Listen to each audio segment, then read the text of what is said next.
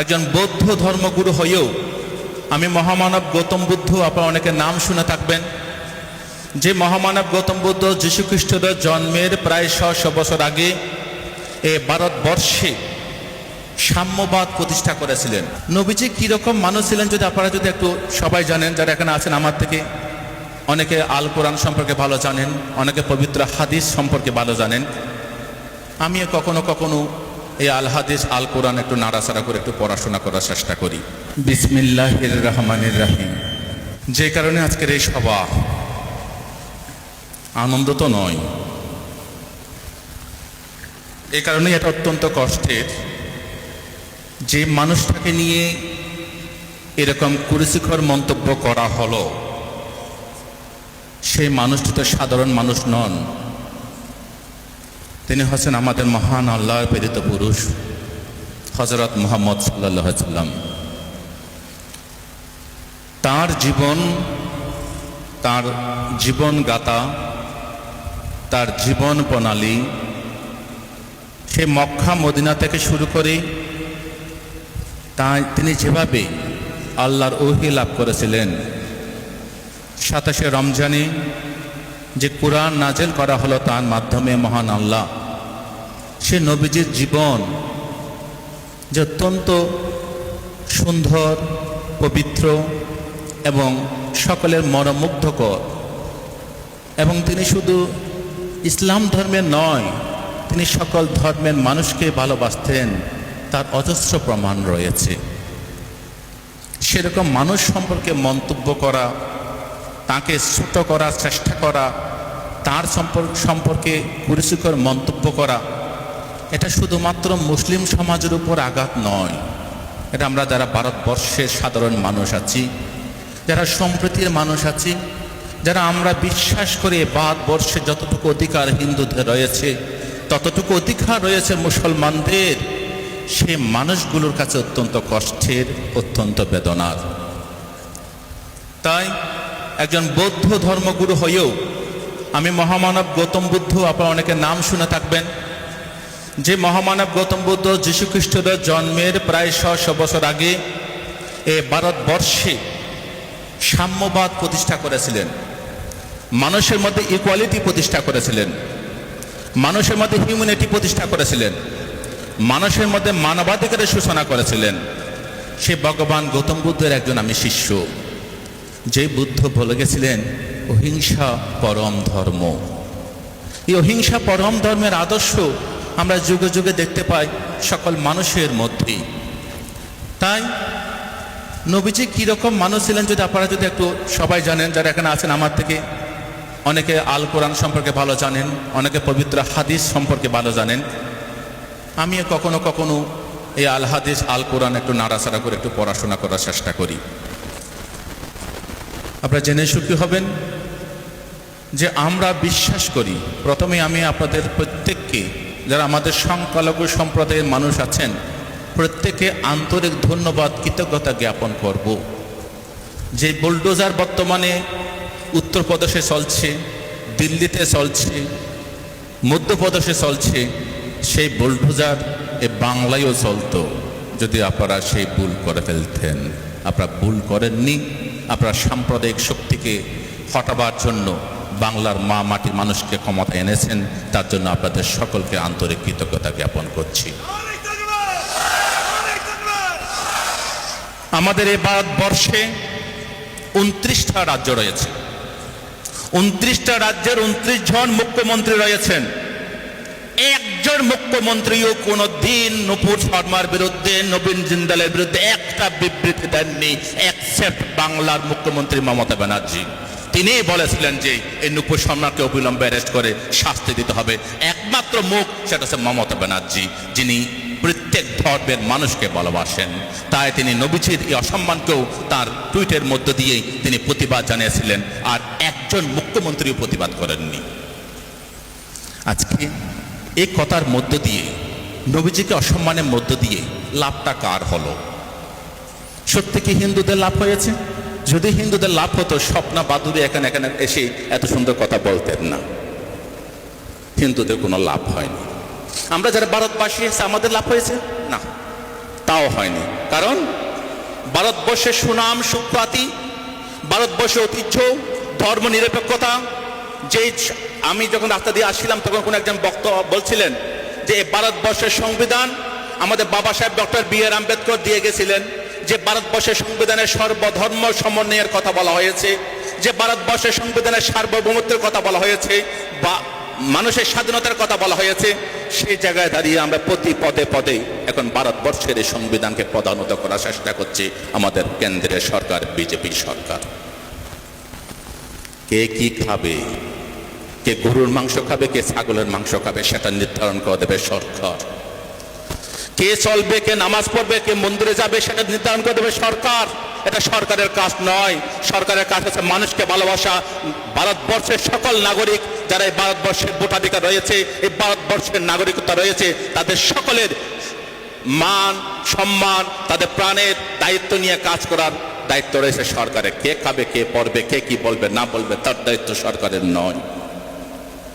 আমরা দুর্ভাগ্য 2014 সালে যে সরকার ইউপিএকে ক্ষমতা থেকে সরিয়ে এনডিএ সরকার আসলো, আপনারা খেয়াল করেছেন, প্রথমে করেছিল এনআরসি, তারপরে করেছে সিএএ। এগুলো করার পরে তারপরে রামনবমী থেকেই মসজিদে তেরঙ্গা পতাকা লাগানো, তারপরে শুরু করেছে জয় শ্রীরাম ধ্বনি দিয়ে আদিবাসী, সংখ্যালঘু, মুসলিম, দলিত বিভিন্ন জনকে বিভিন্নভাবে কষ্ট দেয়া। তারপর শুরু করেছে ধর্মগুরুদের নিয়ে অপমান করা। যে ধর্মগুরু অপমান করা হলো, আমি একজন বৌদ্ধ ধর্মগুরু হয়েও তাকে সম্মান করি। ভগবান গৌতম বুদ্ধ আমাদের বলেছেন, পূজা কুলাবাতে পূজাং বান্দাকু পাটি বান্ধানাং। যারা সম্মানীয় ব্যক্তিকে সম্মান করে, যারা পূজনীয় ব্যক্তিকে পূজা করে, তারা পূজা সম্মান লাভ করে থাকে। নবীজি কিরকম মানুষ ছিলেন আপনারা অনেকে জানেন। অনেকে মনে করেন যে নবীজি খুব কঠোর মানুষ ছিলেন। না, নবীজি হযরত মুহাম্মদ সাল্লাল্লাহু আলাইহি ওয়াসাল্লাম তিনি ছিলেন পয়গম্বর, মানুষের প্রতি অত্যন্ত দরদি। আপনারা জানেন সেই সময় ইহুদিদের সাথে যে মক্কা মদিনায় যে লড়াই চলছিল, ইহুদিরা ছিল আমাদের নবীজির প্রধান এবং প্রথম শত্রু। সেই একই ইহুদি ভদ্র মহিলা নবীজিকে একদম দেখতে পারতেন না। নবীজি যেদিন যে পদ্মরে প্রতিদিন নামাজ আদায় করতে মসজিদে যেতেন, সেই ভদ্র মহিলা কি করতেন? ইহুদি ভদ্র মহিলা তিনি প্রতিদিন দুনিয়ার নোংরা জিনিসগুলো সব রাস্তার মধ্যে এনে ফেলতেন। কেন? নবীজি তো উঁচু পা করে নামাজ পড়তে যাচ্ছেন, তার প্রতিমধ্যে যদি ময়লা থাকে তাহলে তার নাপাক হয়ে যাবেন, নামাজ জায়েজ হবে না। সেই ভদ্র মহিলা, ইহুদি ভদ্র মহিলা তাই ভাবতেন। কিন্তু নবীজি তিনি তো মন শুদ্ধ, অন্তর শুদ্ধ, তিনি গিয়ে নামাজ আদায় করতেন। প্রতিদিন তাই হতো, প্রায় চলছিল। একদিন নবীজি যখন যাচ্ছেন, দেখলেন যে সেই জায়গার মধ্যে কোনো ময়লা নেই, রাস্তা পরিষ্কার। নবীজি ভাবলেন কি হলো, এই ভদ্র মহিলা কোথায় গেলেন, যিনি প্রতিদিন আমার নামাজে যাওয়ার পথে ময়লা ফেলতেন, কাদা ফেলতেন, নোংরা ফেলতেন। তিনি খবর নিলেন তিনি কোথায় থাকেন। চলে গেলেন সেই বৃদ্ধা বুড়িমার কাছে, গিয়ে বললেন, দেখলেন যে তিনি বিছানায় শায়িত। নবীজি বলছেন, মা তুমি কি অসুস্থ? বলছে, হ্যাঁ বাবা, তুমি কে? বলছে, আমি সেই হযরত মুহাম্মদ, যিনি প্রতিদিন নামাজ আদায় করতে যাওয়ার সময় তুমি নাপাক করার জন্য ময়লা ফেলতে। আজকে আমি দেখলাম রাস্তার মধ্যে কোনো ময়লা নেই, কোনো কাদা নেই। আমি বুঝতে পারলাম তুমি আর কোনো ক্ষতি হয়েছে, তোমার কোনো অসুবিধা হয়েছে, তাই তোমাকে আমি দেখতে ছুটে আসলাম। আমি আল্লাহর কাছে দোয়া করছি, মা তুমি সুস্থ হয়ে যাও, তুমি ভালো হয়ে যাও। নবীজির এই আদর্শ তো আমাদের কাছে উদ্দেশ্য, এই নবীজির এই আদর্শ তো আমাদের কাছে আদর্শ। এই আদর্শের মধ্য দিয়ে নবীজি ভারত, শুধু মক্কা মদিনা নয়, সারা বিশ্বকে ইসলাম ধর্মের মধ্যে প্রবর্তিত করেছিলেন। সেই নবীজির নামে পরিচিকর মন্তব্য যাকে নিয়ে করলেন, মা আয়েশা। তিনি ছিলেন তৎকালীন সর্বশ্রেষ্ঠ গুণী ভদ্র মহিলা। আপনারা অনেকে জানেন যে আমাদের নবীজির প্রায় 11 জন বিবি ছিল, তার মধ্যে সবচেয়ে কনিষ্ঠ ছিলেন আয়েশা মা। এই আয়েশা ছিলেন সবচেয়ে জ্ঞানী এবং গুরুগম্ভীর ভদ্র মহিলা। যিনি পবিত্র আল কোরআন নবীজির পরে এই ভারত মক্কা মদিনার মধ্যে তিনি অর্থাৎ আল হাদিসকে তিনি রপ্ত করেছিলেন এবং সেগুলো প্রসার করার দায়িত্ব নিয়েছিলেন সেই মা আয়েশা, তাদের দুজনকে নিয়ে করল মন্তব্য। নূপুর শর্মা, একটু গভীর করে ভাবুন, যারা বুদ্ধিমান আছেন একটু গভীরভাবে ভাবুন, কেন এটা হলো? এটা কি নূপুর শর্মা করেছে? না, নূপুর শর্মাকে দিয়ে কেউ করিয়েছে। খুব ভাববেন, ভাবনাটা হচ্ছে একটাই, ওরা জানে যে মুসলমানদেরকে যদি কোনোভাবে আঘাত করা হয়, যখন সিএ হলো আমরা আন্দোলন করলাম, এনআরসি হলো আমরা আন্দোলন করলাম তার প্রতিবাদে, বিভিন্ন সময় যখন বুলডোজার চালালো আমরা তবু শান্তিপ্রিয় আন্দোলন করলাম, তখন তারা দিলটা মারলো একদম নবীজির গায়ে, যাতে পুরো মুসলিম জনতা যেন কেঁপে ওঠে। কেঁপে ওঠে কি করবে? তাদের একটাই লক্ষ্য, হিন্দুদের থেকে মুসলিমদের আলাদা করো, হিন্দু ভাইদের থেকে মুসলিমদের সম্পর্কে একটা বিরূপ প্রতিক্রিয়া সৃষ্টি করা, বিরূপ মনোভাব তৈরি করো, যাতে হিন্দু মুসলিমের মধ্যে একটা বিভাজন রেখা তৈরি হয়। কিন্তু এই বাংলায় দেখাতে পারে, এখানে কোনো বিভাজনের দেখা হতে পারে না। এই বাংলা সম্প্রীতির বাংলা, এই বাংলা হিন্দু মুসলিম বৌদ্ধ খ্রিস্টান জৈন শিখ সকল ধর্মের আদর্শের বাংলা। এই বাংলায় আমরা কোনোদিন এইরকম বিবাদ মানব না, মানতে পারি না। আমরা সবাই এক আছি, এক থাকবো। আজকে এই নূপুর শর্মা বলুন, এই সিএএ বলুন, এই এনআরসি বলুন, এইসব আন্দোলন আজকে স্বপ্ন বাদুড়িকে তৈরি করে, এইসব আন্দোলন অরুণজ্যোতি বিক্ষুকে এরকম মুসলিম সমাজে নিয়ে আসে। আমি আসার আগেই আজকে ধর্মতলা রানী রাসমণি রোডে আমাদের জমিয়তুল উলামা হিন্দের প্রায় 2 লক্ষ মানুষের সমাবেশ ছিল, সেখানে আমরা মিটিং করে এখানে আসলাম। তো এই আন্দোলন আপনাদেরকে অবশ্যই করতে হবে, এটা কিন্তু শেষ নয় মুসলিম ভাই বোনেরা, এটা কিন্তু শেষ নয়। এরপর আরো বড় আঘাত আসবে, এরপর আরো বড় আঘাত আমাদের জন্য অপেক্ষা করছে, খেয়াল রাখবেন। কিন্তু কখনো কোনো অবস্থায় যারা নবীজিকে ভালোবাসেন, যারা আল হাদিসকে ভালোবাসেন, যারা আল কোরআনকে ভালোবাসেন, তারা কখনো আইন হাতে তুলে নেবেন না, শান্তিভাবে শান্তিপ্রিয়ভাবে আন্দোলন করবেন। কখনো ভাববেন না যে আপনাদের থেকে যারা গাড়ি করে যাচ্ছে সেই মানুষগুলো আলাদা, তারা ভাববেন সবাই আল্লাহর প্রেরিত পুরুষ, তারা আমাদের ভাই। তাই কোনো গাড়ি ভাঙা, কোনো থানাতে আগুন দেওয়া, কোনো গাড়িতে আগুন দেওয়া, এই কাজ কখনো করতে যাবেন না। আপনারা যারা এখানে আছেন, যারা আজকে এখানে প্রায় কয়েক হাজার মানুষ আছেন, আপনারা প্রত্যেকে এক একজন আল্লাহর মেসেঞ্জার হন, নবীজির মেসেঞ্জার হন, আল হাদিসের মেসেঞ্জার হন, আল কোরআনের মেসেঞ্জার হন। আমাদের একটাই লক্ষ্য, আমাদের নবীজির বিরুদ্ধে যে আন্দোলন, যে কুরুচিকর মন্তব্য হয়েছে, আমরা তার অবশ্যই প্রতিবাদ করব, তাকে আমরা ধিক্কার জানাবো, তাতে আমরা বিক্ষোভ করব। যতক্ষণ নূপুর শর্মা এবং নবীন জিন্দাল গ্রেপ্তার না হবে, ততক্ষণ আমাদের আন্দোলন শান্তিপ্রিয়ভাবে সারা বাংলা নয়, সারা ভারতবর্ষে নয়, সারা বিশ্বের মধ্যে চলছে, এই আন্দোলন চলবে। কিন্তু ভাইয়েরা সবসময় মাথা রাখবেন যে আমরা কখনো অশান্ত হব না, আমরা কখনো ভাঙচুরের রাস্তায় যাব না। সেই দিন যখন আসবে তখন ডাক আসবে, যেদিন জিহাদ ঘোষণা হবে সেদিন নামবেন, এখন নয়, এখন সময় নয়। আমাদেরকে মাথায় রাখবেন যে আমাদের হিন্দু মুসলিমদের মধ্যে আলাদা বিভাজন রেখা তৈরি করে 2024 ইলেকশন জেতার পায়তারা করছে এই সরকার। 2024 ইলেকশন যখন সামনে আসছে, তখন এইরকম কাণ্ডগুলো ঘটায়। আপনারা খেয়াল করবেন, প্রতিবার ইলেকশন আগে এরকম কাণ্ড ঘটাবে, হিন্দু মুসলিম আলাদা করে হিন্দু ভোটগুলোকে একাট্টা করার চেষ্টা করবে। তাই আপনারা সবসময় চেষ্টা করবেন। নবীজি কি করতেন? আপনাদের আজকে নবীজির জন্য আমরা গলা ফাটাচ্ছি, সেই নবীজি কিরকম মানুষ ছিলেন, তিনি কি করতেন? তার রাস্তায় যখন কাঁটা ফেলা হতো, তিনি কাঁটা বিশেষ সরিয়ে দিতেন। তিনি কারো রাস্তায় কোনোদিন কাঁটা হয়ে দাঁড়াননি। তিনি কি বলেছেন? তিনি বলেছেন যে তোমার প্রতিবেশী, তিনি ইহুদি হতে পারে, তিনি কুরাইশ হতে পারে, তিনি নন মুসলিম হতে পারে, কিন্তু তোমার প্রতিবেশী যদি না খেয়ে ঘুমিয়ে থাকে, তুমি যদি খাও, সেটা তোমার জায়েজ হবে না। কত বড় কথা যে তুমি তোমার প্রতিবেশীকে ভালোবাসো, তোমার প্রতিবেশীর প্রতি তুমি সম্মান করো। এই রকম কথাগুলো নবীজির মুখ থেকে বেরিয়েছিল। আপনারা জানেন, একদিন এক ইহুদির লাশ নিয়ে যাওয়া হচ্ছিল। হযরত মুহাম্মদ সাল্লাল্লাহু আলাইহি সাল্লাম তিনি দেখতে পেলেন যে একটা লাশ যাচ্ছে। নবীজি সরে দাঁড়ালেন, তাকে তার জন্য আল্লাহর কাছে দোয়া করলেন। তখন তার যারা সখী ছিল, যারা সহচর ছিল, তারা বলছেন, নবীজি, হযরত মুহাম্মদ আপনি এটা কি করছেন? এতে বিধর্মী লাশ, আপনি বিধর্মীর জন্য এটা কেন করছেন? তখন নবীজি বলেছিলেন যে এও একজন মানুষ, একজন মানুষ, মানুষ হিসেবে তার মঙ্গল কামনা করা, দোয়া করা আমার কর্তব্য। আমি সেই দোয়া করছি। তিনি হতে পারে ইহুদি, তিনি হতে পারেন নন মুসলিম। তো সেই রকম আমাদের নবীজির প্রতি যদি অসম্মান করা হয়, কুরুচিকর মন্তব্য করা হয়, তাহলে আমরা কখনো চুপ থাকতে পারি না। এটাই মাথায় রাখবেন। এই বাংলায় আমরা হিন্দু, মুসলিম, বৌদ্ধ, খ্রিস্টান, জৈন, শিখ আমরা একতাবদ্ধ হয়ে আছি, একতাবদ্ধ হয়ে থাকব। আমরা এই যে আপনার গত বছর এবং এই বছর পরপর 3 বছর আমরা আমার টালিগঞ্জ বুদ্ধ মন্দিরে রমজান মাসের আমি রোজার ব্যবস্থা করেছি। এই বছর 2বার করেছি রোজা, অর্থাৎ ইফতার যারা করেছে, রোজা যারা রেখেছে তাদের ইফতার খাইয়েছি আমি। ইফতার আমিও নিজেও আমাদের এই ইফতারের বিভিন্ন জায়গায় সামিল হয়েছি।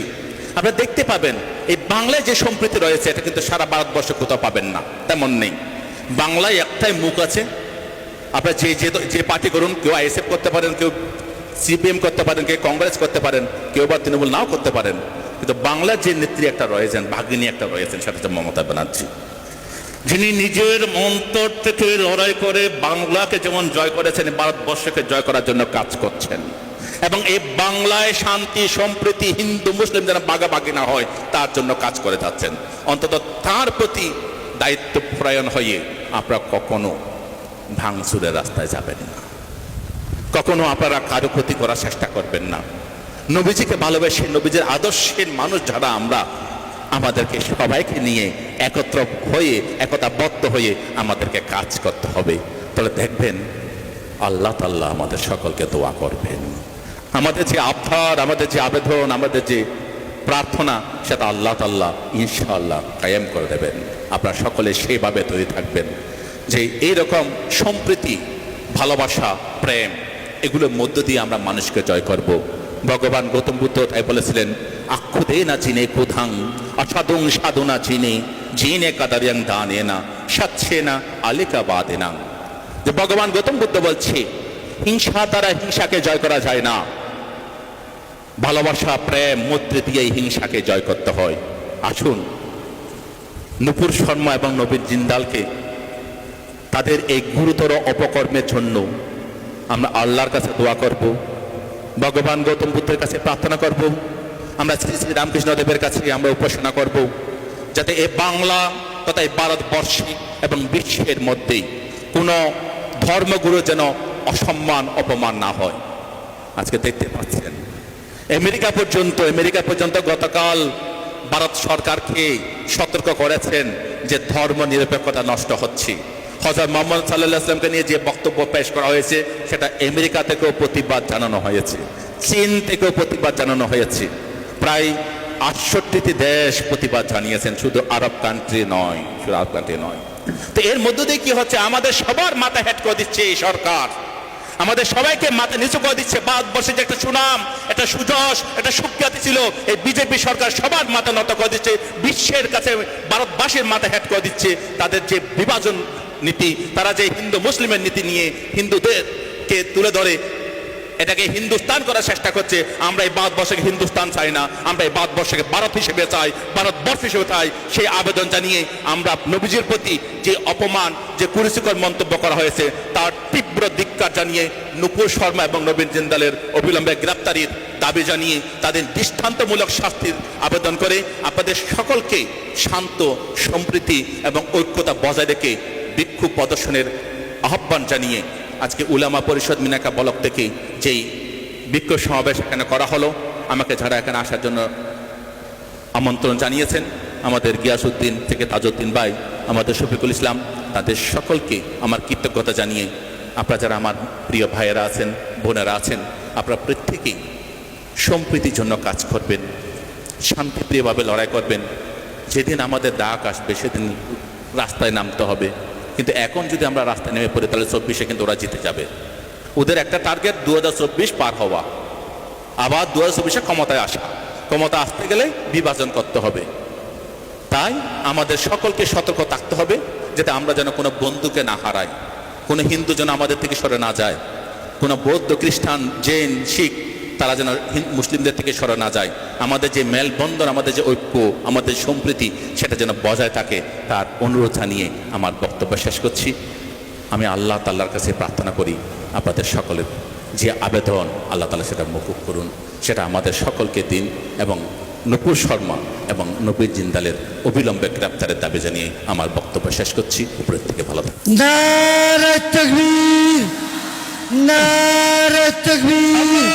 আল কোরআনের আলো ঘরে ঘরে জালো, আল কোরআনের আলো ঘরে ঘরে জালো। আমার নেতা তোমার নেতা, বিশ্বনবী মুস্তাফা, আমার নেতা তোমার নেতা। বিশ্বনবী মুস্তাফা। আরএসএস দূর দূর দূর দূর হটো, দূর হাটো, দূর হাটো। নরেন্দ্র মোদীর কালো হাত ভেঙে দাও, গুড়িয়ে দাও। ভেঙে দাও, গুড়িয়ে দাও। নরেন্দ্র মোদী সাপোর্ট করা, নরেন্দ্র মোদী দূর দূর দূর দূর হটো। দূর হাটাও, দূর হাটাও। নূপুর শর্মা সাহায্যকারী, নরেন্দ্র মোদী দূর দূর দূর দূর হটো। দূর হাটাও, দূর হাটাও।